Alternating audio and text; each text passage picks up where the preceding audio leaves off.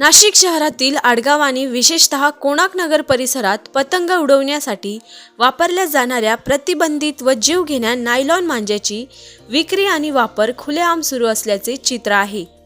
शासनाने नायलॉन मांजावर पूर्ण बंदी घातलेली असतानाही त्याची बेकायदेशीर विक्री केली जात आहे।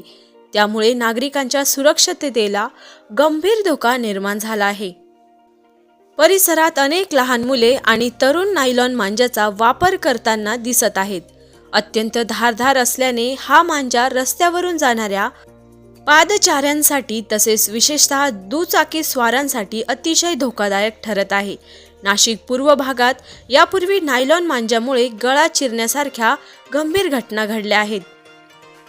नागरिकांनी पोलीस प्रशासनाकडे नायलॉन मांजाची बेकायदेशीर विक्री व वापर रोखण्यासाठी तातडीने विशेष मोहीम राबवण्यासाठी मागणी केली आहे।